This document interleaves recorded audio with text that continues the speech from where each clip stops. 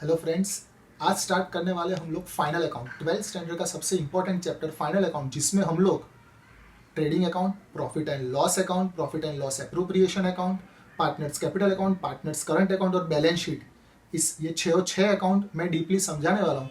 फिर भी अगर आपको कोई डाउट आता है तो आप नीचे कमेंट में मुझे पूछ सकते हैं। मैं ट्राई करूँगा जल्द से जल्द सॉल्व करने का। 12th स्टैंडर्ड का सबसे इंपॉर्टेंट चैप्टर ये फाइनल अकाउंट, इसलिए ये वीडियो आप मिस मत कीजिएगा। वीडियो अगर आपको पसंद आता है तो प्लीज़ ये वीडियो को शेयर कीजिए, लाइक कीजिए, सब्सक्राइब कीजिए, कमेंट कीजिए और वीडियो के नीचे जो बेल आइकॉन दिया है उसको आप प्रेस कीजिए। ये इसके बाद जो दूसरा वीडियो मैं अपलोड करने वाला हूँ वो है एडजस्टमेंट वाला वीडियो। उसमें मैंने 45 to 50 एडजस्टमेंट समझा है, तो वो वीडियो भी मिस मत कीजिएगा। ये वीडियो तो आप पूरा देखिएगा और इसके बाद जो एडजस्टमेंट वाला जो वीडियो मैं आप लोगों को समझाने वाला हूँ वो मैंने 2-3 सेशनों में डिवाइड किया है। 15-15 या 20-20 एडजस्टमेंट मैंने समझा है हर एक सेशन में, तो वो भी आप मिस मत कीजिएगा। ये वीडियो में हम लोग पूरा डीपली फाइनल अकाउंट समझने वाले हैं। सबसे पहले आता है ट्रेडिंग अकाउंट। हेडिंग लगाते हैं ट्रेडिंग अकाउंट ऑफ, यहाँ पे पार्टनर के नाम लिखे होते हैं। फॉर एग्जाम्पल हम लोग ए एंड बी लिखते हैं, तो trading account of A and B for the year ending on, और यहाँ पे लास्ट डेट लिखी जाती है। हमारे लिए अब लास्ट डेट आने वाली है 31 मार्च 2021, तो यहाँ पे लिखेंगे 31 मार्च 2021। सबसे पहले शुरुआत होती है debit side to opening stock. Opening stock आता है डेबिट साइड और क्लोजिंग स्टॉक आता है credit side. To opening stock debit by closing stock credit. उसके बाद पूरा एक परचेस का टेबल आता है जो याद रखना है। To purchase plus unrecorded purchase, अगर ऐसा कोई परचेज रिकॉर्ड करना बाकी है दैट इज अनरिकॉर्डेड परचेज, तो वो प्लस करेंगे। माइनस रॉन्गली रिकॉर्डेड परचेज, जो गलती से हमने रिकॉर्ड कर दिया that is wrongly recorded purchase, तो वो माइनस करेंगे। Minus purchase return. To purchase plus unrecorded purchase less wrongly recorded purchase less purchase return. फिर और एक चीज़ माइनस होगी, less goods gone out other than sales. कुछ गुड्स ऐसे होते हैं जो हम लोग सेल्स नहीं करते, लेकिन सेल के अलावा वो गुड्स बाहर जाते हैं बिजनेस में से, तो उसे हम लोग कहते हैं goods gone out other than sales, तो वो परचेज में से माइनस होते हैं। तो कुछ नाम्स यहाँ पे लिख डालें। Goods destroy by fire, goods given as charity, goods given as donation, goods withdrawn for personal use, goods distributed as free sample, goods get wet in rain. Again, अगर कोई गुड्स डिस्ट्रॉय हो जाता है फायर से, हमने sale नहीं किया लेकिन तो भी गुड्स गया बाहर यहाँ पे।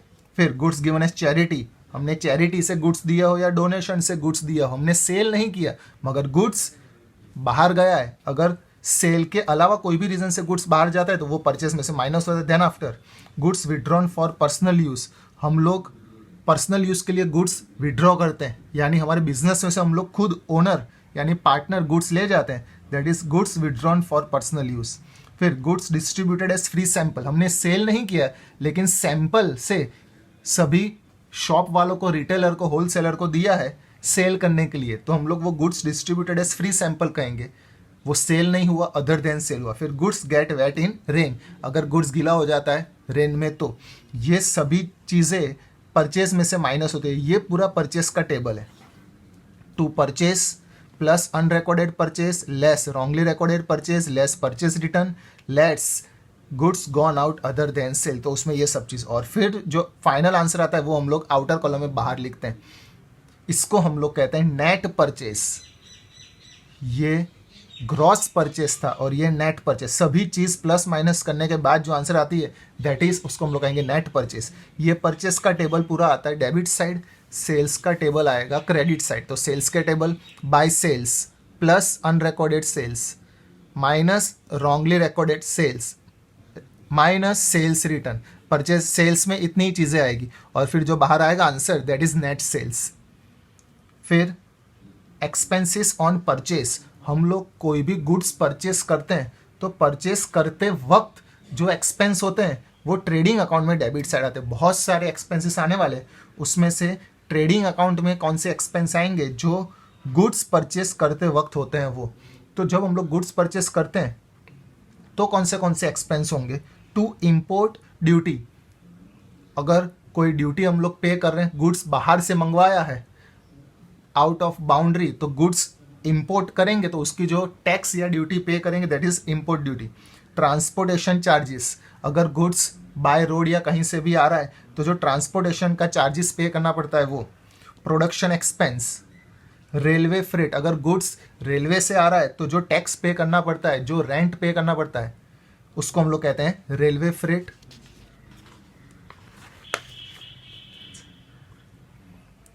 टू ऑक्ट्रॉय, ऑक्ट्रॉय यानी जकात, वो भी वन टाइप ऑफ फ्रेट ही है, बाय रोड आता है तो ऑक्ट्रॉय। फिर टू वेजिस, वेजिस यानी मजूरी। अब कुछ क्वेश्चन ऐसे होंगे जिसमें सिर्फ वेजिस लिखा होगा और वेजिस एंड सैलरी लिखा होगा, तो वेजिस हो तो भी ट्रेडिंग अकाउंट में debit side, wages and salary का हो तो भी ट्रेडिंग अकाउंट में debit side.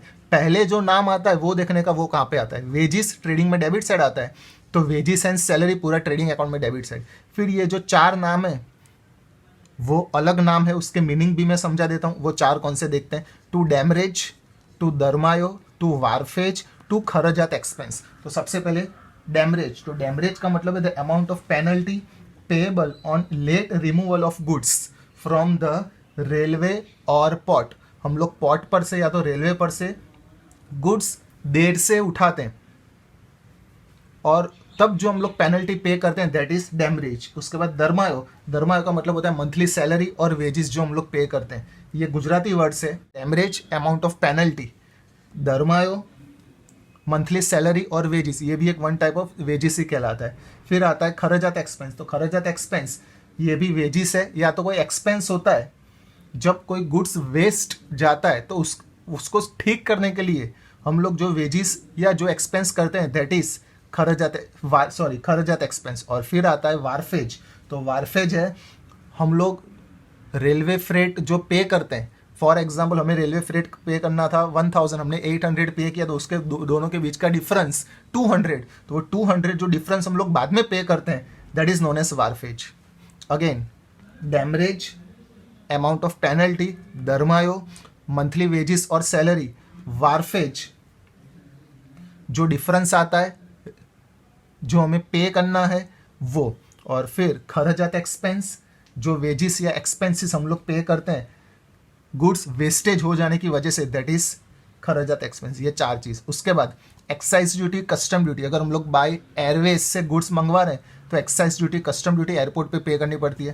Then after port charges और dock charges, by waterways आ रहा है तो पोर्ट चार्जेस, डॉक चार्जेस। फिर कार्टेज, कार्टेज कहो या कैरेज कहो मतलब सेम, जो लॉरी फ्रेट होता है दैट इज कार्टेज। अब कुछ क्वेश्चन ऐसे होंगे जिसमें कैरेज लिखा होगा और कैरेज इनवर्ड लिखा होगा, कैरेज का हो या कैरेज इनवर्ड का हो मतलब सेम, ट्रेडिंग अकाउंट में डेबिट साइड आता है। फिर हम लोग कभी भी गुड्स परचेस करते हैं, गुड्स परचेस करेंगे तो गुड्स लोड नहीं होगा, अनलोड होगा, गुड्स उतारेंगे तो उसको कहेंगे अनलोड चार्जेस, तो अनलोडिंग चार्जेस ट्रेडिंग अकाउंट में डेबिट साइड। फिर रॉयल्टी पे करते हैं, हम लोग किसी की प्रॉपर्टी यूज़ कर रहे हैं और उस पर हम लोग जो अमाउंट पे करते हैं, जो एक्सपेंस पे करते हैं that is royalty. To factory expense, factory expense का हो, मैन्युफैक्चरिंग एक्सपेंस का हो, प्रोडक्शन एक्सपेंस का हो, ये सबके सब चीज़ें आती है ट्रेडिंग अकाउंट में डेबिट साइड। फैक्ट्री एक्सपेंस में क्या क्या आता है, इलेक्ट्रिसिटी एक्सपेंस, इलेक्ट्रिसिटी चार्जेस, फिर productive wages, productive expense, depreciation on plant and machinery, अगर कोई फैक्ट्री है और उसमें प्लांट एंड मशीनरी है और उसका डेप्रिशिएशन का हो तो वो ट्रेडिंग में डेबिट साइड आता है। तो फैक्ट्री एक्सपेंस दिया हो, अगर कोई भी क्वेश्चन में ब्रैकेट में फैक्ट्री लिखा हो तो समझ लेने का कि वो जो है वो ट्रेडिंग अकाउंट में डेबिट साइड आएगा। ये डेबिट साइड आने वाली चीज़ें थी। और फिर क्रेडिट साइड एक सेल्स आएगा। फिर by sale of scrap of goods, scrap यानी भंगार, हम लोग वो गुड्स सेल करते हैं तो गुड्स सेल किया, वन टाइप ऑफ सेल्स ही हुआ तो वो ट्रेडिंग अकाउंट में क्रेडिट साइड आता है। और बाय क्लोजिंग स्टॉक, डेबिट और क्रेडिट इतनी चीज़ें ट्रेडिंग अकाउंट में आती है। उसके बाद ट्रेडिंग अकाउंट हम लोग लास्ट में क्लोज करते हैं।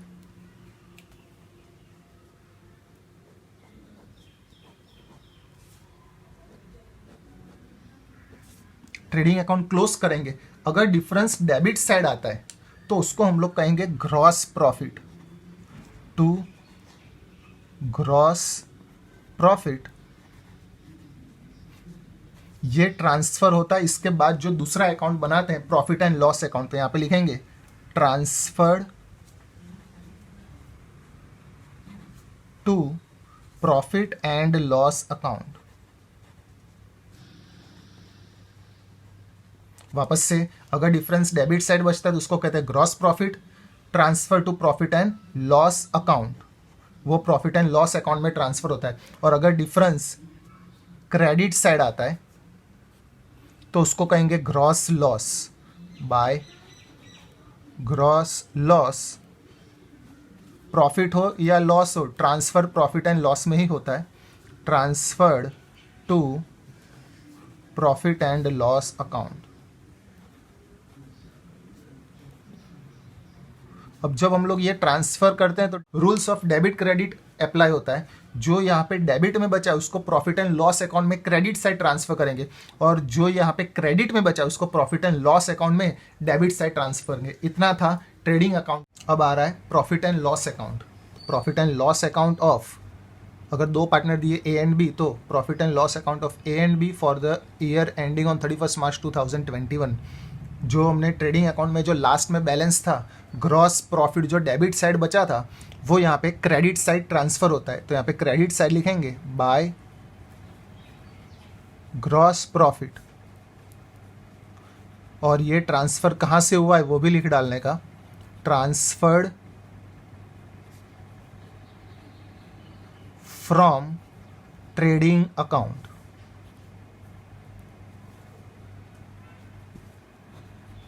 वो डेबिट में बचा था तो उसको क्रेडिट में ट्रांसफर किया, लॉस क्रेडिट साइड बचा था तो उसको डेबिट साइड ट्रांसफर करेंगे to gross loss transferred from trading account.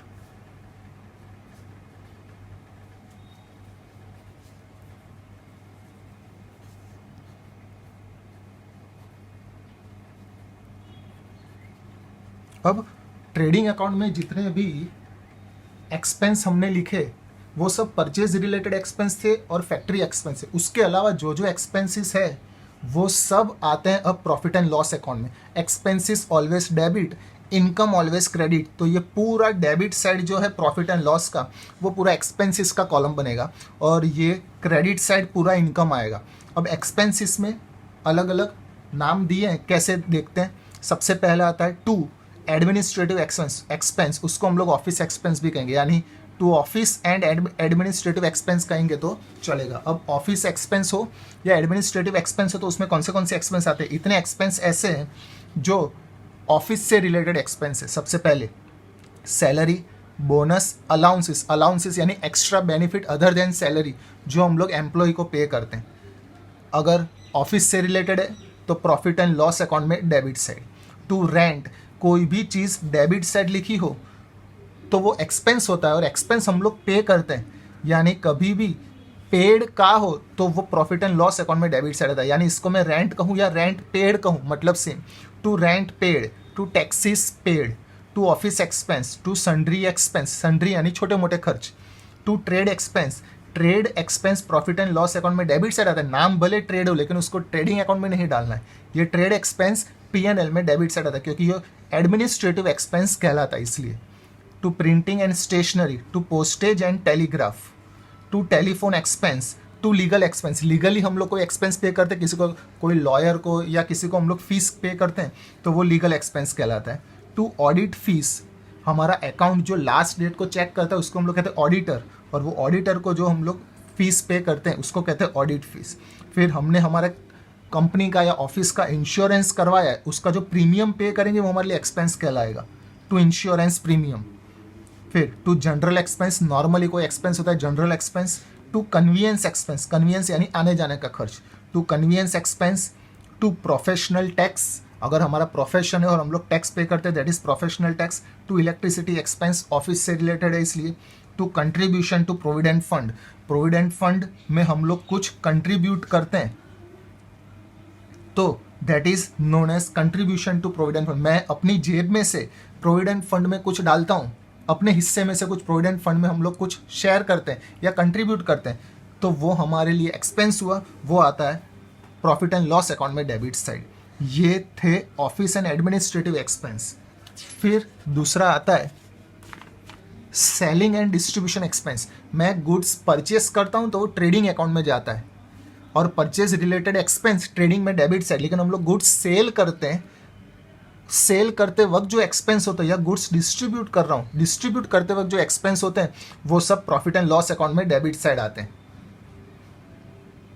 2 carriage outward, अगर गुड्स सेल कर रहे हैं तो गुड्स बाहर जाएगा, गुड्स बाहर जाएगा, सेल करते वक्त जो एक्सपेंस होता है हम लोग जो कैरेज या कार्टेज पे करते हैं that is carriage outward. Carriage inward trading में डेबिट साइड आता है, carriage outward profit and loss में debit side. Then after advertisement expense, showroom expense, फिर ब्रोकरेज अगर पे होती है तो प्रॉफिट एंड लॉस अकाउंट में debit side. To commission salary of salesman, हम लोग सेल्समैन को कमीशन या सैलरी पे करते हैं, एक्सपेंस हुआ प्रॉफिट एंड लॉस में debit side. To godown expense, to travelling expense, to packing expense, packing expense का हो, लेबलिंग एक्सपेंस का हो, पैकिंग चार्जेस का हो, मतलब सेम। हम लोग कोई गुड्स सेल करें तो उसके लिए जो पैकिंग किया जाता है उससे रिलेटेड जो एक्सपेंस होता है प्रॉफिट एंड लॉस में debit side. To loading expense, मैं गुड्स सेल कर रहा हूँ तो गुड्स में ट्रक में या ऑटो में या टेम्पो में या कहीं पे भी हम लोग लोड करेंगे, चढ़ाएंगे, तो उससे रिलेटेड जो चार्जेस होते हैं लोडिंग चार्जेस। फिर टू डिस्काउंट अलाउड, अगर डिस्काउंट हम लोग पे करते हैं यानी अलाउड होता है, मैं सेल करूंगा तो मैं डिस्काउंट किसी को दूंगा तो उसको कहेंगे डिस्काउंट अलाउड, मेरे लिए एक्सपेंस हुआ, प्रॉफिट एंड लॉस में डेबिट साइड। ये सेलिंग एंड डिस्ट्रीब्यूशन एक्सपेंस। फिर आता है फाइनेंशियल एक्सपेंस, फाइनेंस से रिलेटेड कोई भी एक्सपेंस हो तो वो भी प्रॉफिट एंड लॉस में डेबिट साइड ही आता है। सबसे पहला interest on partners loan, partner ने हमारे बिजनेस को लोन दिए तो उसका जो हम लोग इंटरेस्ट उसको पे करेंगे, पे करेंगे तो हमारे लिए एक्सपेंस होगा, एक्सपेंस होगा तो प्रॉफिट एंड लॉस में debit side. To managers commission, हम लोग पे करेंगे तो इंटरेस्ट ऑन लोन टेकन, मैंने अगर लोन ली है तो उसका इंटरेस्ट मैं पे करूंगा तो मेरे लिए एक्सपेंस कहलाएगा, प्रॉफिट एंड लॉस में debit side. To interest on bank overdraft, अगर मैं बैंक में से ओवरड्राफ्ट उठाता हूँ, ज़्यादा पैसे उठाता हूँ तो उसका इंटरेस्ट हमें पे करना पड़ता है तो वो भी हमारे लिए एक्सपेंस कहलाएगा। टू बैंक चार्जेस, बैंक वाले कोई चार्जेस लेंगे, एक्सपेंस, प्रॉफिट एंड लॉस में debit side. To bank commission, bank वाले कोई कमीशन चार्ज करेंगे, वो भी प्रॉफिट एंड लॉस में डेबिट साइड। इतनी चीज़ें फाइनेंशियल एक्सपेंस में थी। फिर टू डेप्रीशिएशन एंड मेंटेनेंस, अब मेंटेनेंस में और डेप्रीशिएशन हमारे लिए लॉस भी कहलाता है और डेप्रीशिएशन हमारे लिए एक्सपेंस भी कहलाता है, वो प्रॉफिट एंड लॉस अकाउंट में डेबिट साइड आता है। To depreciation on office building, अगर कोई ऑफिस बिल्डिंग है तो उसका depreciation. To depreciation on furniture, furniture का डेप्रीशिएशन हो। इन शॉर्ट जितने भी फिक्स्ड एसेट्स है, वो फिक्स्ड एसेट्स में जितने भी टेंजिबल एसेट्स है, वो जितने टेंजिबल एसेट्स हैं उन सबका जो डेप्रीशिएशन होता है वो सब हम लोग लिखते हैं प्रॉफिट एंड लॉस अकाउंट में डेबिट साइड। इसमें सिर्फ 2 ही लिखे, ऑफिस बिल्डिंग एंड फर्नीचर। कोई भी एसेट्स और डेप्रीशिएशन ऑन एसेट्स आता है तो वो प्रॉफिट एंड लॉस में डेबिट साइड आता है। फिर to repairs and maintenance of assets, हम लोग एसेट्स को रिपेयर करवाते हैं या एसेट्स को मेंटेन करते हैं यानी छोटा कोई खर्चा करवाते हैं, वो भी हमारा एक्सपेंस होगा, प्रॉफिट एंड लॉस अकाउंट में डेबिट साइड। इतने एक्सपेंसेस ऐसे थे जो प्रॉफिट एंड लॉस में डेबिट साइड आते थे। अब to other expense and loss, इसके अलावा भी कुछ एक्सपेंस ऐसे हैं जो लिखने पड़ते हैं हमें और कुछ लॉस भी है, वो भी प्रॉफिट एंड लॉस अकाउंट में डेबिट साइड ही आता है। सबसे पहले to loss by fire, to loss by theft, to loss by goods stolen, अगर गुड्स जल जाता है तो लॉस हुआ, लॉस प्रॉफिट एंड लॉस में डेबिट साइड। थेफ्ट चोरी हो गया, प्रॉफिट एंड लॉस में डेबिट साइड। स्टोलन उसका मतलब भी वही होता है चोरी हो गया, वो भी प्रॉफिट एंड लॉस में डेबिट साइड। फिर to loss on sale of assets, अगर 10,000 का एसेट्स हम लोग 8,000 में बेचते हैं, 2,000 रुपीज़ का लॉस हुआ, लॉस प्रॉफिट एंड लॉस में debit side. To donation to charity, अगर हम लोग कुछ डोनेट करते हैं या कुछ चैरिटी पे करते हैं वो भी प्रॉफिट एंड लॉस में डेबिट साइड आता है। अब इसके अलावा 2 टेबल है, जो 2 टेबल हमें याद रखने हैं वो मैं यहाँ पे नीचे बताता हूँ वो टेबल। उसमें सबसे पहला टेबल है बैड डेब्ट्स का table. To bad debts old plus bad debts new plus bad debts reserve new, उसके बाद एक लाइन छोड़ के minus bad debts reserve old, और ये हमारा बैड डेब्ट्स मिलता है। ये बैड डेब्ट्स का टेबल है। जो हमें याद रखना है। To bad debts old plus bad debts new plus bad debts reserve new, एक लाइन छोड़ के minus bad debts reserve old. Old का मतलब होता है जो क्वेश्चन में दे दिया है ट्रायल बैलेंस में, और न्यू का मतलब जो एडजस्टमेंट हम लोग पढ़ने वाले हैं, एडजस्टमेंट में बैड डेब्ट्स या बैड डेब्ट्स रिजर्व दिया हो तो उसको कहते हैं न्यू, और ट्रायल बैलेंस यानी क्वेश्चन में अगर बैड डेब्ट्स या बैड डेब्ट्स रिजर्व दिया हो तो उसको कहते हैं ओल्ड। इसको याद कैसे रखते हैं? ONNO ऐसे याद रखा जाता है। ओ नो, ये शॉर्टकट ट्रिक याद रखने के लिए। ओ नो यानी bad debts old plus bad debts new plus bad debts reserve new minus bad debts reserve old. ये बैड डेब्ट्स का टेबल था। ये बैड डेब्ट्स के टेबल पर से एक और टेबल बनेगा, वो है डिस्काउंट का टेबल। टू डिस्काउंट ओल्ड या न्यू नहीं होता, डिस्काउंट सिर्फ डिस्काउंट होता है। टू डिस्काउंट जो अलाउड होता है वो। अब बैड डेब्ट्स के टेबल पर से हम लोग डिस्काउंट का टेबल याद रखेंगे। ये बैड डेब्ट्स ओल्ड और बैड डेब्ट्स न्यू के बदले लिख डालना है डिस्काउंट। उसके बाद जहाँ पे भी बैड डेब्ट्स लिखा है उसके बदले डिस्काउंट लिख डालना है। यहाँ पे लिखा है बैड डेब्ट्स रिजर्व, तो यहाँ पे लिखेंगे discount reserve. To discount reserve new, और फिर माइनस डिस्काउंट रिजर्व ओल्ड। ये एक और टेबल बनेगा, उसको कहेंगे डिस्काउंट का टेबल। कैसे? टू डिस्काउंट, ये डिस्काउंट कहो या डिस्काउंट अलाउड कहो मतलब same. To discount allowed plus discount reserve on debtors लिखा होगा, हम लोग यहाँ पे सिर्फ डिस्काउंट लिखता हूँ मैं। To discount allowed plus discount reserve on debtors new minus discount reserve on debtors old, और ये हमें फाइनली लास्ट में बाहर मिलेगी डिस्काउंट का कॉलम, दैट इज डिस्काउंट की अमाउंट। इतनी चीज़ें ऐसी है जो आती है प्रॉफिट एंड लॉस अकाउंट में डेबिट साइड। उसके बाद आता है profit and loss account credit side. हम लोग पे करते हैं तो एक्सपेंस होता है, डेबिट साइड आता है। मिलता है रिसीव्ड हो तो इनकम होती है प्रॉफिट एंड लॉस अकाउंट में क्रेडिट साइड। सबसे पहले शुरुआत होगी gross profit by discount received. Dividend received, dividend यानी हमारा इंटरेस्ट होता है। By discount received, by dividend received, by interest on bank received, bank में से कोई इंटरेस्ट मिलता है, इनकम हुई। By rent received, by commission received, by brokerage received, ये तीनों हमें मिल रहे हैं तो income profit and loss account में credit side. By profit on sale of assets, loss होता है तो डेबिट साइड, प्रॉफिट होता है तो क्रेडिट साइड। फिर बाय बैड डेब्ट्स रिटर्न कहो, बैड डेब्ट्स रिसीव्ड कहो या बैड डेब्ट्स रिकवर्ड कहो मतलब सेम। कोई बैड डेब्ट्स हुआ था, थोड़े टाइम के बाद वो पैसे हमें वापस लौटा देता है तो वो हमारे लिए कहलाता है बैड डेब्ट्स रिटर्न, या तो रिकवर्ड या तो रिसीव्ड, ये हमारे लिए इनकम होती है इसलिए क्रेडिट साइड आती है। बाय अप्रेंटाइज प्रीमियम रिसीव्ड, हमारी कंपनी कोई वर्कर को या एम्प्लॉय को ट्रेनिंग दे रही है, वो ट्रेनिंग से रिलेटेड कोई इनकम होती है तो वो इनकम प्रीमियम कहलाती है और उसको हम लोग कहते हैं अप्रेंटाइज प्रीमियम रिसीव्ड, तो वो भी इनकम हुई प्रॉफिट एंड लॉस में credit side. By interest on investment, हमने कहीं पे इन्वेस्ट किया है और उसका इंटरेस्ट मिल रहा है तो वो प्रॉफिट एंड लॉस में क्रेडिट साइड। फिर by sale of old newspaper, अगर कोई न्यूज़पेपर है तो वो हम लोग सेल करेंगे तो उससे रिलेटेड भी इनकम ही होगी, प्रॉफिट एंड लॉस में credit side. By interest on loan given, अगर मैंने किसी को लोन दी है तो मुझे इंटरेस्ट मिलेगा तो मेरे लिए income credit side. By income from sale of scrap, अगर कोई स्क्रैप पड़ा था, भंगार पड़ा था और मैंने वो सेल किया तो उससे रिलेटेड जो इनकम हुई प्रॉफिट एंड लॉस में क्रेडिट साइड। और इसके अलावा कोई सन्ड्री इनकम जिसको हम लोग मिसलेनियस इनकम कहते हैं तो वो भी प्रॉफिट एंड लॉस में क्रेडिट साइड लिखी जाती है।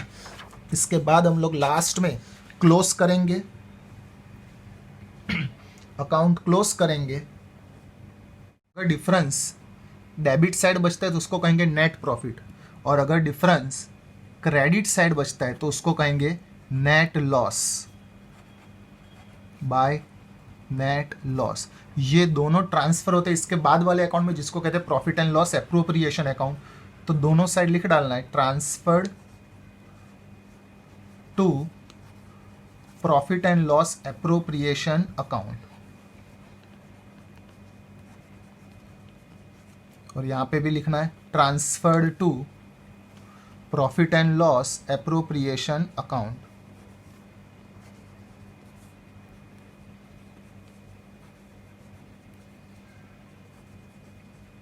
ये जो डेबिट में बचा उसको हम लोग ट्रांसफर करेंगे एप्रोप्रिएशन अकाउंट में क्रेडिट साइड, और ये जो क्रेडिट में बचा है उसको ट्रांसफर करेंगे डेबिट साइड। कर हम लोग profit and loss appropriation account. Profit and loss appropriation account में सबसे पहले जो प्रॉफिट एंड लॉस अकाउंट में जो बैलेंस आया था वो हम लोग यहाँ पे ट्रांसफर करेंगे। नेट प्रॉफिट आया था डेबिट साइड, वो डेबिट को हम लोग लेके आएंगे यहाँ पे credit side by net profit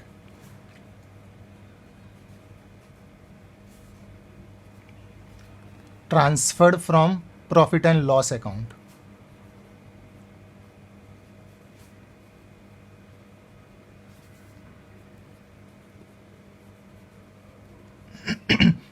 debit में बैलेंस था तो उसको हमने क्रेडिट में ट्रांसफर किया। अब क्रेडिट साइड नेट लॉस आया था तो उसको यहाँ पे डेबिट साइड ट्रांसफर करेंगे टू नेट लॉस।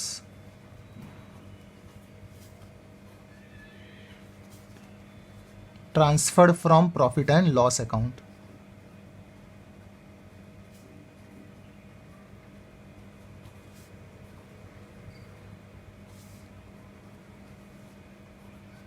सबसे पहले जो प्रॉफिट एंड लॉस अकाउंट का क्लोजिंग बैलेंस था वो हमने यहाँ पे profit and loss appropriation account में ट्रांसफर कर दिया।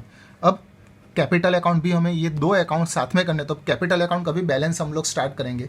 कैपिटल ऑलवेज क्रेडिट होता है। फॉर एग्जाम्पल हम लोग दो पार्टनर लेते हैं, पार्टनर ए पार्टनर बी, तो यहाँ पे अमाउंट का कॉलम बनता है, यहाँ पे पार्टनर का नाम उसका कॉलम बनेगा। तो सबसे पहले कैपिटल अकाउंट में शुरुआत होती है ओपनिंग बैलेंस से, बाय बैलेंस ब्रॉट डाउनवर्ड, ये हमारा ओपनिंग बैलेंस है।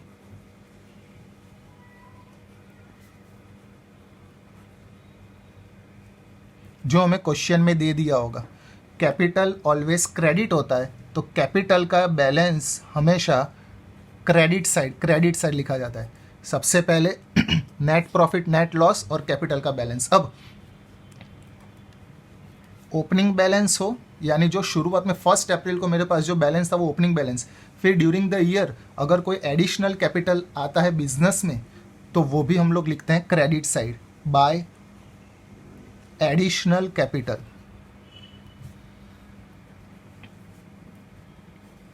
अगर कोई पार्टनर ड्यूरिंग द ईयर पूरे साल के बीच में अगर कोई कैपिटल और लाता है तो वो एडिशनल कैपिटल कहलाता है। ये चीज़ हमें क्वेश्चन में दे दी होगी। उसके बाद एडजस्टमेंट आएगा। एडजस्टमेंट में सबसे पहले आता है इंटरेस्ट ऑन कैपिटल। तो कैपिटल का ओपनिंग बैलेंस क्रेडिट होता है, तो टेक्निक याद रखने के लिए कैपिटल क्रेडिट होता है तो उसका इंटरेस्ट भी क्रेडिट होगा। जिसका बैलेंस जहाँ पे उसका इंटरेस्ट उसके नीचे, तो कैपिटल का बैलेंस हमने क्रेडिट साइड लिखा तो कैपिटल का इंटरेस्ट भी क्रेडिट साइड आएगा बाय इंटरेस्ट ऑन कैपिटल। ये क्रेडिट हो रहा है। इसकी दूसरी इफेक्ट एप्रोप्रिएशन में डेबिट साइड। एडजस्टमेंट हम लोग डेबिट क्रेडिट के रूल के हिसाब से इसमें हम लोग समझने वाले हैं। कुछ पॉइंट्स आएंगे उसमें डेबिट क्रेडिट का रूल्स हम लोग अप्लाई करेंगे। Interest on capital, partners capital account में credit side, profit and loss appropriation में डेबिट साइड, डेबिट क्रेडिट का रूल्स। तो यहाँ पे हम लोग लिखेंगे to interest on capital.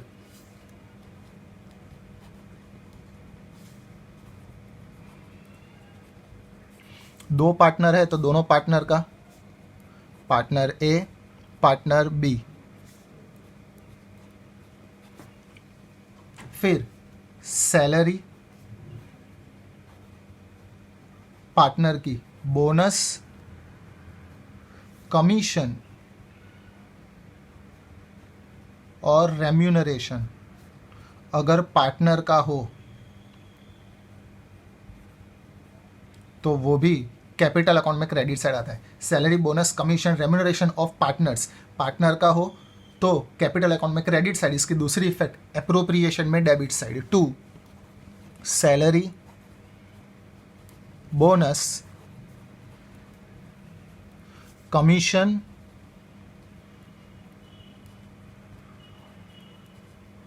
Remuneration of partner.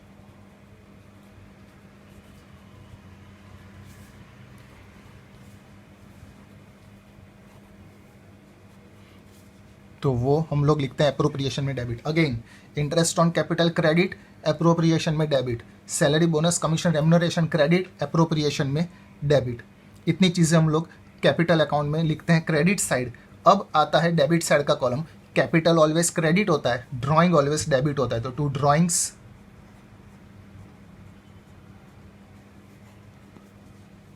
Debit होता है। अगर एडिशनल ड्राइंग आता है तो वो भी डेबिट करने का।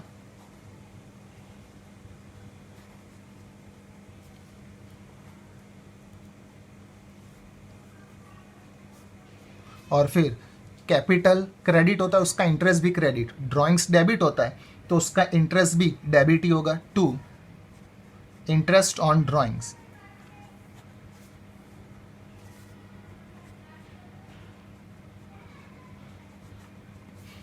अब इंटरेस्ट में डेबिट क्रेडिट का रूल, यहाँ पे डेबिट हो रहा है तो दूसरी इफेक्ट एप्रोप्रिएशन में credit side, by interest on drawings.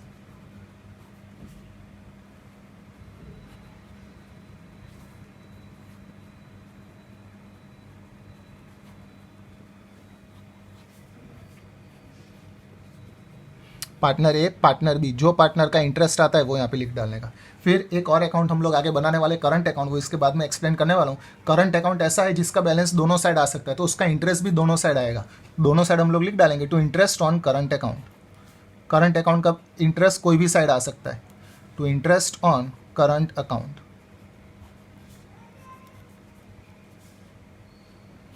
और यहाँ पे भी by interest on current account.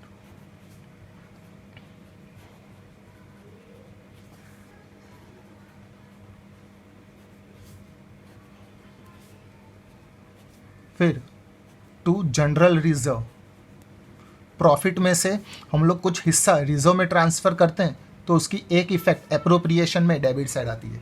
इतनी चीज़ें हम लोग लिखते हैं एप्रोप्रिएशन और कैपिटल अकाउंट में। फिर एप्रोप्रिएशन अकाउंट हम लोग क्लोज करेंगे।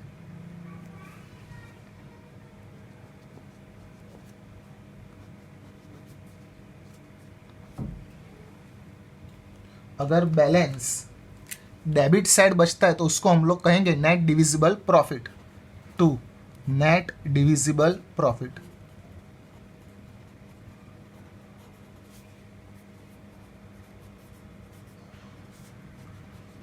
जो प्रॉफिट आया उसको हम लोग पार्टनर में डिवाइड कर देंगे, इसलिए उसको कहते हैं डिविजिबल प्रॉफिट। जो प्रॉफिट शेयरिंग रेशियो दिया होगा उसमें ये। और अगर इस साइड बैलेंस बचता है तो उसको कहते हैं नेट डिविजिबल लॉस।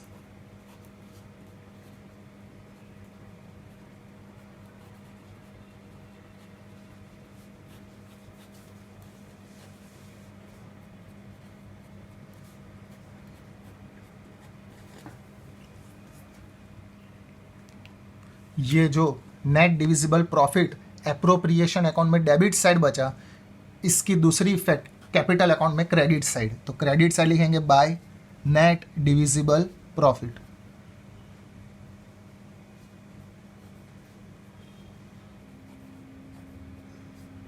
ये जो क्रेडिट साइड बचा है लॉस, इसको हम लोग ट्रांसफर करेंगे डेबिट साइड कैपिटल अकाउंट में, नेट डिविजिबल लॉस। वापस से पूरा opening balance, additional capital, interest on capital. Interest on capital यहाँ पे क्रेडिट हो रहा है, एप्रोप्रिएशन में debit. Salary, bonus, commission, remuneration partner का यहाँ पे क्रेडिट हो रहा है, एप्रोप्रिएशन में डेबिट। फिर drawing, additional drawing, interest on drawing यहाँ पे डेबिट होता है तो एप्रोप्रिएशन में क्रेडिट। फिर ये अकाउंट क्लोज करेंगे। क्लोज करने के बाद अगर बैलेंस इस साइड बचता है डेबिट साइड तो नेट डिविजिबल प्रॉफिट, ये डेबिट को ट्रांसफर करेंगे क्रेडिट साइड। और अगर क्रेडिट साइड बचता है तो नेट डिविजिबल लॉस, ये क्रेडिट को ट्रांसफर करेंगे डेबिट साइड। तो ये हमें मिला नेट डिविजिबल लॉस। अब क्लोज करेंगे हम लोग कैपिटल अकाउंट।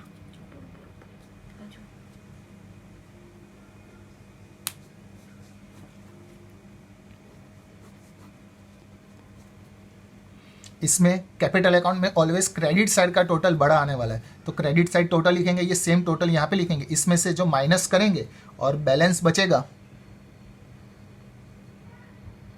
यहाँ पे, ये हमारा क्लोजिंग बैलेंस कहलाएगा, to balance CF.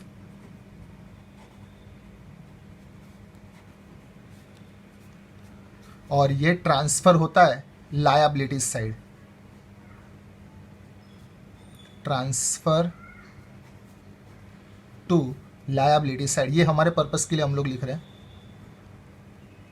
Balance sheet अभी जब हम लोग देखेंगे समझेंगे, उसमें लायबिलिटी साइड सबसे पहले शुरुआत होगी ये क्लोजिंग बैलेंस। ये हमारा क्लोजिंग बैलेंस कहलाता है। ये था पार्टनर्स कैपिटल अकाउंट, जिसमें ओपनिंग बैलेंस और क्लोजिंग बैलेंस, ये सब पॉइंट लिखने के बाद ओपनिंग बैलेंस और क्लोजिंग बैलेंस दोनों अलग अलग आएंगे। If opening balance of capital account and closing balance of capital account are not same, अगर डिफरेंट आते हैं, फ्लक्चुएट होते हैं, इंक्रीज डिक्रीज होते हैं, तो उसको हम लोग कहते हैं fluctuating capital method. Fluctuating capital method का मतलब opening balance and closing balance दोनों के सेम नहीं आते। और दूसरी टेक्निक याद रखने की, when only capital account is given, अगर क्वेश्चन में इन्फॉर्मेशन सिर्फ कैपिटल अकाउंट के बारे में दी है तो समझ लेने का कि वो मेथड फ्लक्चुएटिंग कैपिटल मेथड है। फ्लक्चुएटिंग कैपिटल मेथड में इतने पॉइंट आते हैं। अब दूसरी जो मेथड आएगी वो है fix capital method. Fix capital method आएगी। फ्लक्चुएटिंग कैपिटल मेथड हम लोग किसको कहते हैं, ओपनिंग बैलेंस क्लोजिंग बैलेंस दोनों का सेम नहीं होता, उसको कहते हैं फ्लक्चुएटिंग कैपिटल मेथड। तो दूसरी मेथड आती है फिक्स कैपिटल मेथड। तो फिक्स कैपिटल मेथड हम लोग किसको कहेंगे, फिक्स कैपिटल मेथड।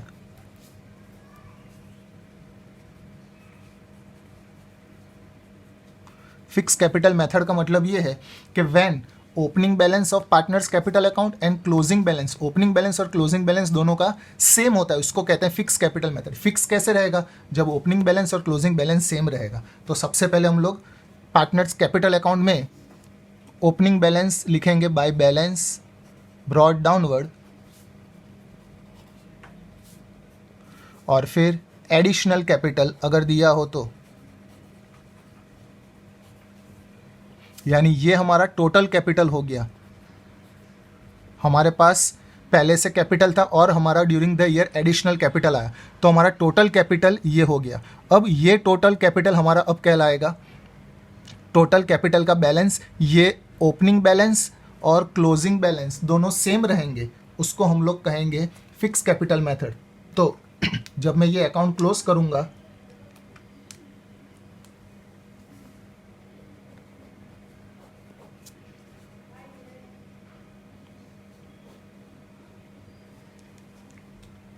ये अकाउंट जब मैं क्लोज करूंगा तो ये टोटल, ये सेम टोटल यहाँ पे, ये जो बैलेंस था वही बैलेंस यहाँ पे आ जाएगा। दैट इज हमारा closing balance to balance CF।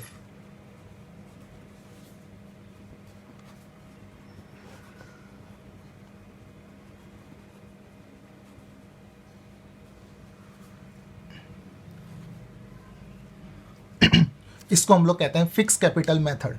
वापस से फिक्स कैपिटल मेथड किसको कहेंगे, देखो इसमें फ्लक्चुएटिंग कैपिटल मेथड में कैपिटल में इतनी सारी चीज़ें आती थी, लेकिन जब फिक्स कैपिटल मेथड हम लोग बनाएंगे तो पार्टनर्स कैपिटल अकाउंट जो बनाएंगे उसमें सिर्फ कैपिटल से रिलेटेड ही पॉइंट आएगा, ओपनिंग कैपिटल और एडिशनल कैपिटल। इसके बाद कैपिटल अकाउंट क्लोज करके ये क्लोजिंग कैपिटल फाइंड कर लेने का। इसलिए ये बैलेंस और ये बैलेंस दोनों सेम रहते हैं, जिसमें सेम रहते हैं, फिक्स रहते हैं, उसको कहते हैं फिक्स कैपिटल मेथड। अब तो फिर ये बाकी के जो बैलेंस है वो बैलेंस अब हम लोग कहाँ पे लिखेंगे, तो उसके लिए अलग से एक अकाउंट बनेगा, वो है पार्टनर्स करंट अकाउंट। सिर्फ ओपनिंग बैलेंस एडिशनल कैपिटल हमने लिख डाला कैपिटल का, इसके अलावा ये सब चीज़ बाकी है, तो वो हम लोग ट्रांसफर करेंगे कैपिटल अकाउंट में। इसलिए इसको कहते हैं fix capital method. Fix capital method की सबसे पहली technique, opening balance closing balance दोनों का सेम रहता है। दूसरी technique, when current account and capital account both are given in the question. अगर क्वेश्चन में सिर्फ कैपिटल अकाउंट दिया हो तो फ्लक्चुएटिंग कैपिटल मेथड, अगर क्वेश्चन में current account and capital account दोनों दिया हो तो उसको कहते हैं फिक्स कैपिटल मेथड। तो अब ये बाकी सभी चीज़ हमें करंट अकाउंट में लिखनी है। उससे पहले करंट अकाउंट का बैलेंस लिखना पड़ेगा।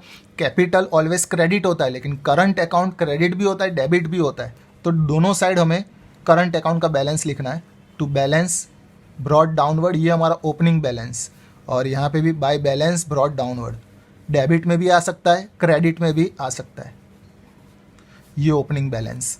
अब बैलेंस जहाँ पे होता है, कैपिटल का बैलेंस क्रेडिट था तो उसका इंटरेस्ट भी मैंने क्रेडिट किया, ड्राइंग का बैलेंस डेबिट था उसका इंटरेस्ट भी मैंने डेबिट किया, करंट अकाउंट का बैलेंस तो दोनों साइड आ रहा है तो उसका इंटरेस्ट भी दोनों साइड लिखेंगे। To interest on current account,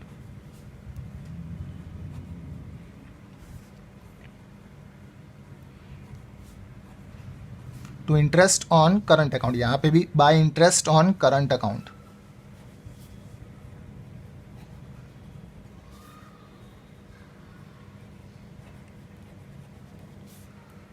अब डेबिट क्रेडिट का रूल, ये जो क्रेडिट हो रहा है वो एप्रोप्रिएशन में डेबिट होता है। ये जो मैंने यहाँ पे लिखा है डेबिट, वो इसी का यहाँ पे ट्रांसफ़र हुआ है, और ये जो यहाँ पे डेबिट हो रहा है वो एप्रोप्रिएशन में क्रेडिट होता है, वो यहाँ पे हमने लिख डाला है क्रेडिट। ये करंट अकाउंट का जो balance, interest on current account का जो बैलेंस था वो यहाँ से ट्रांसफ़र होता है। ये जो क्रेडिट हुआ यहाँ पे डेबिट, और ये जो डेबिट हुआ है यहाँ पे क्रेडिट हो रहा है।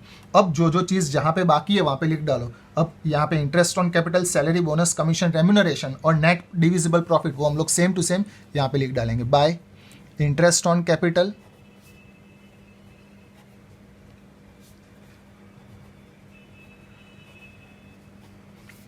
By salary, bonus, commission, remuneration partner का,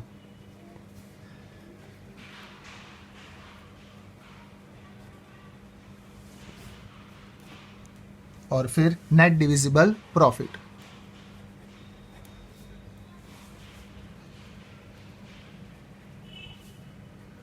जो अमाउंट, जो वैल्यू, जो नाम क्रेडिट साइड बचे वो क्रेडिट में ट्रांसफ़र कर दो, और जो डेबिट में बचा है वो सब डेबिट में।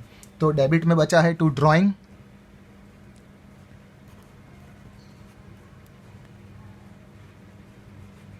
To drawings, to additional drawing,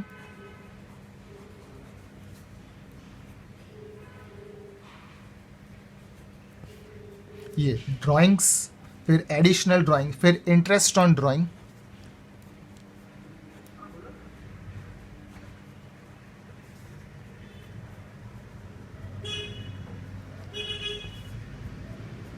और फिर नेट डिविजिबल लॉस।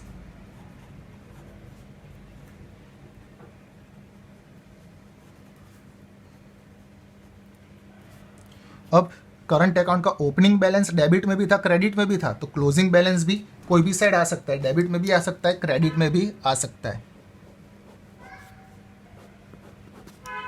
अगर बैलेंस डेबिट साइड बचता है टू बैलेंस CF, ये हमारा क्लोजिंग बैलेंस। अगर बैलेंस ये डेबिट साइड बचता है तो इसको ट्रांसफ़र करेंगे क्रेडिट साइड। फाइनल अकाउंट में सबसे लास्ट अकाउंट बनता है बैलेंस शीट।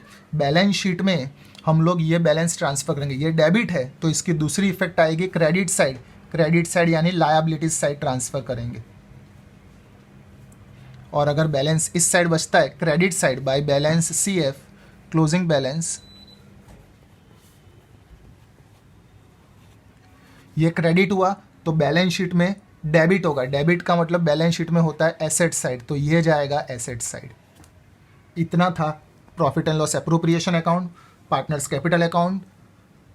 इसमें फ्लक्चुएटिंग कैपिटल मेथड, फिर फिक्स कैपिटल मेथड में पार्टनर्स कैपिटल अकाउंट और पार्टनर्स करंट अकाउंट। या तो ये अकाउंट बनाने का या तो ये अकाउंट बनाने का, ये दोनों में से कौन सा अकाउंट हम लोग बनाएंगे, क्वेश्चन जैसा दिया हो वैसे हमें बनाना है। अगर क्वेश्चन में सिर्फ कैपिटल अकाउंट दिया है, फ्लक्चुएटिंग कैपिटल मेथड। अगर क्वेश्चन में capital account and current account दोनों के बारे में इंफॉर्मेशन दी है तो फिक्स कैपिटल मेथड हमें बनेगा। सबसे लास्ट में आएगी balance sheet. Balance sheet of partnership firm of, अगर A और B है, of A and B as on 31 March 2021।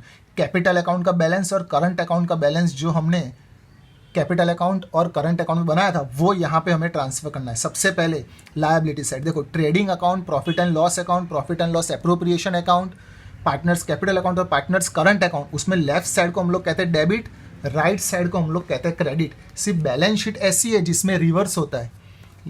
Left side को हम लोग कहते हैं क्रेडिट और राइट साइड को हम लोग कहते हैं डेबिट।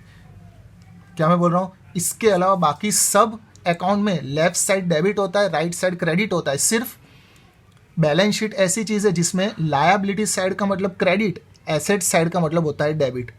जो कैपिटल का बैलेंस कैपिटल अकाउंट में हमने लिखा था वो यहाँ पे सबसे पहले लिखेंगे, partners capital account, capital account का बैलेंस। अगर करंट अकाउंट का क्रेडिट साइड बैलेंस आया था, डेबिट साइड बैलेंस आया था, दैट इज क्रेडिट बैलेंस, तो उसको हम लोग यहाँ पे ट्रांसफर करेंगे। अगर क्रेडिट बैलेंस है तो यहाँ पे, अगर डेबिट बैलेंस है तो एसेट साइड, तो एसेट साइड मैंने लिख डाला यहाँ पे डेबिट बैलेंस, क्योंकि करंट अकाउंट का बैलेंस दोनों साइड आ सकता है। जो वहाँ पे डेबिट में बचा था यहाँ पे क्रेडिट, और जो वहाँ पे क्रेडिट में बचा था वो यहाँ पे डेबिट होगा। वो तो हम लोग एग्जाम्पल में देख लेंगे जब करंट अकाउंट आएगा। अब सबसे पहले शुरुआत होती है लायबिलिटीज़ में, पार्टनर्स कैपिटल अकाउंट में। जितने पार्टनर दिए हो वो पार्टनर का कैपिटल अकाउंट का जो लास्ट में क्लोजिंग बैलेंस आया था वो यहाँ पे ट्रांसफ़र कर देने का। फिर करंट अकाउंट दिया हो तो उसका बैलेंस ट्रांसफ़र करने का। फिर आता है सबसे पहले रिजर्व। रिजर्व में कौन से रिजर्व फाइनल अकाउंट में आने वाले, reserve fund, general reserve, capital reserve और कोई रिजर्व दिया हो दैट इज अदर रिजर्व। जितने भी रिजर्व होते हैं वो ऑलवेज क्रेडिट होते हैं, वो लायबिलिटी साइड आते हैं। फिर आती है non current liability. Non current liability कहो कि लॉन्ग टर्म लायबिलिटी कहो, सबका मतलब सेम। तो लॉन्ग टर्म लायबिलिटी में क्या क्या आएगा, बैंक लोन, अगर हमने बैंक में से लोन लिए तो हमारी liability. Loan from financial institution, अगर कोई फाइनेंशियल इंस्टीट्यूशन हमें लोन देता है that is our liability. Loan from friends, partner loan, अगर कोई फ्रेंड ने लोन दिए या कोई पार्टनर ने हमारे बिजनेस को लोन दिए तो वो भी हमारी लायबिलिटी कहलाती है, लायबिलिटी साइड। फिर मॉर्गेज लोन और सिक्योर्ड लोन, दोनों का मतलब सेम। अगर हम लोग कोई सिक्योरिटी रखते हैं, कोई चीज़ हम लोग गिरवे रखते हैं तो वो मॉर्गेज लोन और सिक्योर्ड लोन कहलाती। और अगर हम लोग कोई सिक्योरिटी नहीं रखते तो वो अनसिक्योर्ड लोन कहलाती, लेकिन कहलाती तो हमारी लायबिलिटीज़ ही है, इसलिए वो लायबिलिटी साइड आता है। फिर पब्लिक डिपॉजिट, अगर पब्लिक कोई हमारे कंपनी में या हमारे बिजनेस में कोई डिपॉजिट रखता है, एफडी रखे या कुछ भी रखे, तो वो हम लोग खर्च नहीं कर सकते, वो हमारी लायबिलिटी कहलाती है, तो वो भी आता है लायबिलिटी साइड। इतनी चीज़ें नॉन करंट लायबिलिटी में आती है। नॉन करंट लायबिलिटी का मतलब ये ऐसी लायबिलिटी जो मोर देन 12 मंथ चलने वाली है, ऐसा कर्जा जो हमें 12 महीने से ज़्यादा तक चुकाना है, इन शॉर्ट लाइफ टाइम या 4-5 साल 10-15 साल तक चुकाते हैं, तो वो कहलाती है नॉन करंट लायबिलिटी। वो लायबिलिटी सालों साल चलती जाती है। और ऐसी लायबिलिटी जो विद इन 12 मंथ खत्म हो जाएगी तो वो कहलाती है करंट लायबिलिटी। उसका दूसरा नाम शॉर्ट टर्म लायबिलिटी भी कह सकते हैं। तो करंट लायबिलिटी में क्या क्या आता है, सबसे पहले bills payable, creditors, bank overdraft, provident fund, workers profit sharing fund, जितने भी फंड होते हैं वो सब के सब लायबिलिटी साइड ही आते हैं।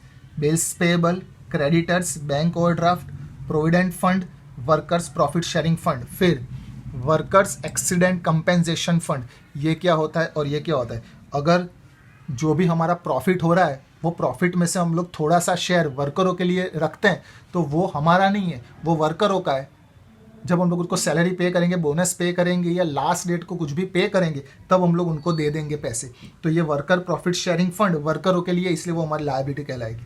फिर workman accident compensation fund, workers accident compensation fund या वर्कमैन एक्सीडेंट कंपेंसेशन फंड मतलब सेम।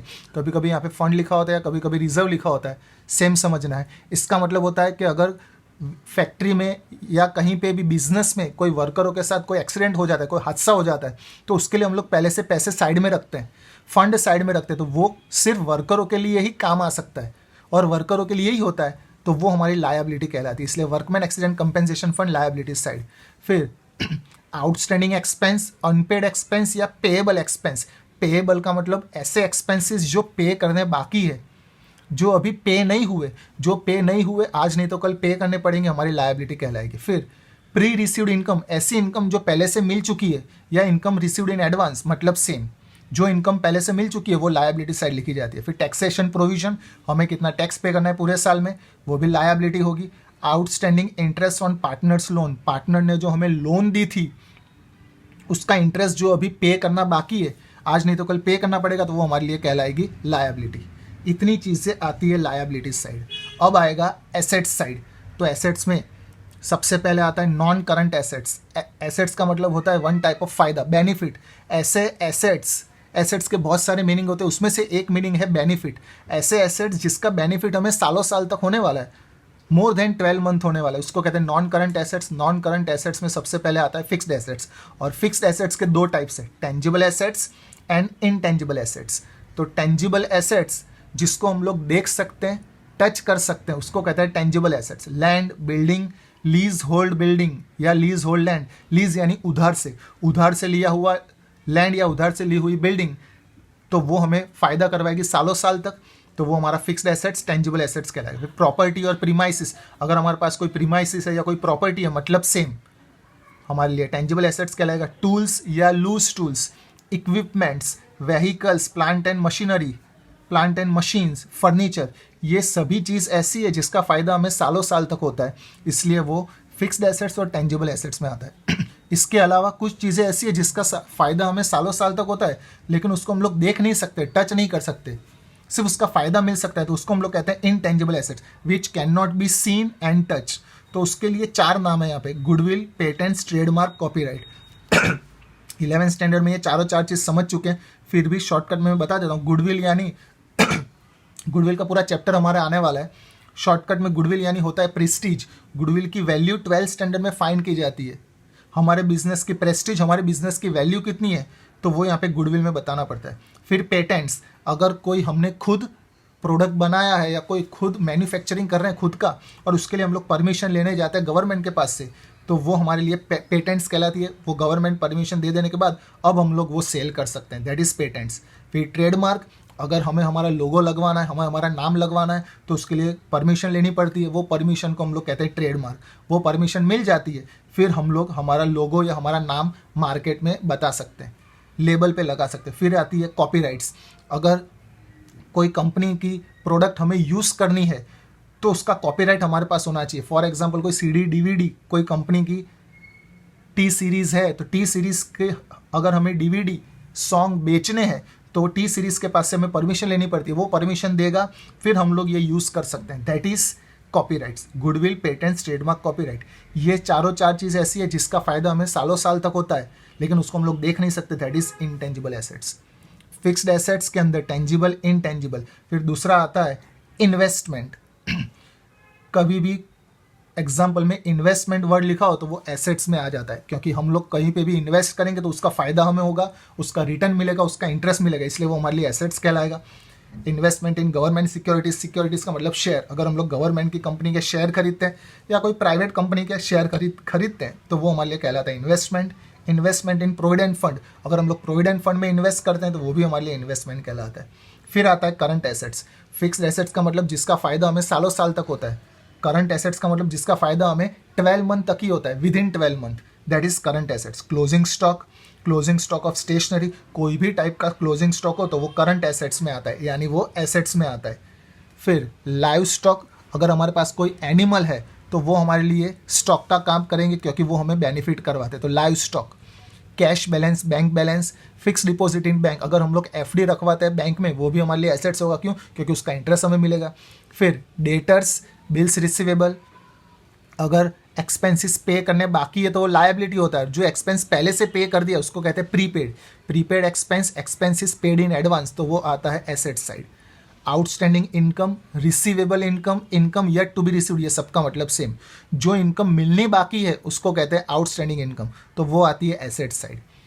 फिर पार्टनर्स करंट अकाउंट, जो 2 करंट अकाउंट का बैलेंस मैंने बताया था, वो एक आता है लायबिलिटी साइड तो दूसरा आता है एसेट साइड। फिर फिक्टिशियस एसेट्स, ऐसे एक्सपेंस जो हम लोग अभी करते हैं लेकिन उसका फ़ायदा हमें सालों साल तक होता है, उसको कहते हैं फिक्टिशियस एसेट्स। तो उसमें 2 नाम फिलहाल है, मिसलेनियस एक्सपेंडिचर और प्रिलिमिनरी एक्सपेंस। हमारा सम सही है कि नहीं, पूरा फाइनल अकाउंट वो कैसे ख्याल आएगा, सबसे लास्ट में एसेट साइड और लायबिलिटीज साइड का टोटल करने का, ये दोनों का टोटल सेम होना चाहिए तो हमारा पूरा सम सही होगा। ये था फाइनल अकाउंट का एक्सप्लेनेशन। Thank you.